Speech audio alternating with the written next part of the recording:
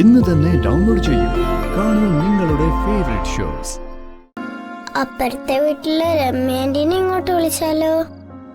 Anti വന്നാ അവിടുത്തെ മോൾ ഒറ്റയ്ക്കാവില്ലേ? ആ മോളെയും കൂടി ഇങ്ങോട്ട് വിളിച്ചാ മതി.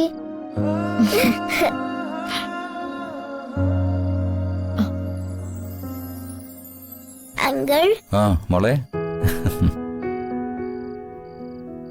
അങ്കിൾ എന്താ ഇത്ര വൈകിയത്? അങ്ങനെ പെട്ടെന്ന് വണ്ടിയൊന്നും കിട്ടുന്ന സ്ഥലമല്ലല്ലോ മോളെ, നടക്കേണ്ടി വന്നു.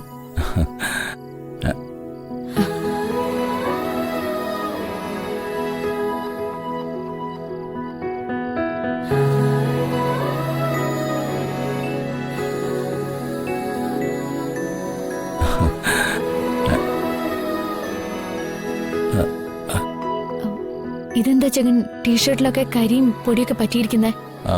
അത് വന്ദന ഒരു വർക്ക്ഷോപ്പിലാണ് ജോലി കിട്ടിയത്.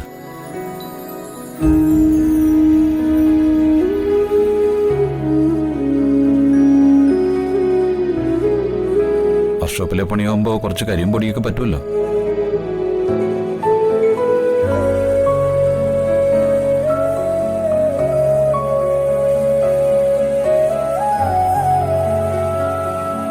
അല്ല, എന്താ രണ്ടാൾക്കൊരു വിഷമം? ഈ ജോലി മോശം ജോലിയാണെന്ന് കരുതിയിട്ടാണോ? എല്ലാ ജോലികൾക്കും അതിൻ്റെതായ അന്തസ്സുള്ളതാ. അങ്ങനെ അമ്മായിച്ചന്റെ ജോലി തന്നെ മരുമകനും കിട്ടി അല്ലേ? ആ, അതില് അഭിമാനിക്കല്ലേ വേണ്ടത്, അല്ലേ മോളെ? നാളെ മുതല് വീട്ടിലിരുന്ന് ചെയ്യാൻ പറ്റുന്ന പണി എന്തേലും ഉണ്ടോ എന്ന് ഞാനൊന്ന് തിരക്കട്ടെ. തൽക്കാലം അത് വേണ്ട വന്ദനെ. ഇവിടെ അടുത്ത് ബേക്കറി പലഹാരങ്ങളൊക്കെ ഉണ്ടാക്കി കൊടുക്കുന്ന ഒരു വീടുണ്ടെന്ന് രമ്യ ചേച്ചി പറയുന്നത് കേട്ടു.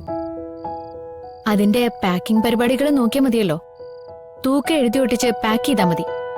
പാക്കിംഗ് കൂലി കിട്ടും. അതൊന്നും വേണ്ട.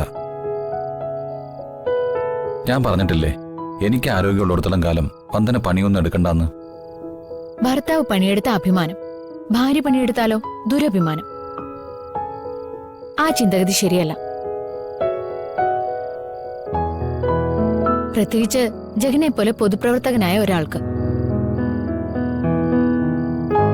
എനിക്കും കൂടി ഒരു വരുമാനം അത്യാവശ്യമാണ്. നാളെ ആവട്ടെ, എന്തെങ്കിലും ഒരു വഴി നോക്കണം.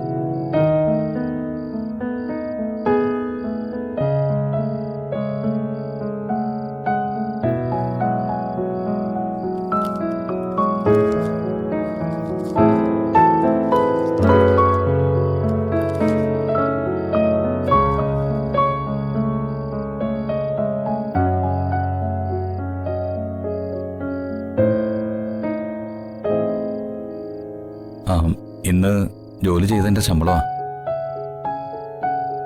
ഇതെന്തിനാ എന്നെ ഏൽപ്പിക്കുന്നത്? അല്ല, വീട്ടിലെ ഗൃഹനാഥൻ പണം കൊണ്ടുവരും. അത് ആവശ്യങ്ങൾക്കായിട്ട് ചെലവാക്കേണ്ടത് ഗൃഹനാഥന്റെ ഡ്യൂട്ടിയാണ്.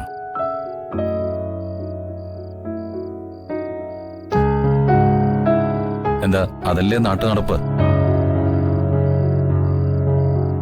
ഇത് പിടിക്കു വന്ദനെ. അതൊന്നും വേണ്ട. വരവും ചെലവും എല്ലാം ജഗൻ തന്നെ നോക്കിയാ മതി. മാനത്തെ കൊട്ടാരം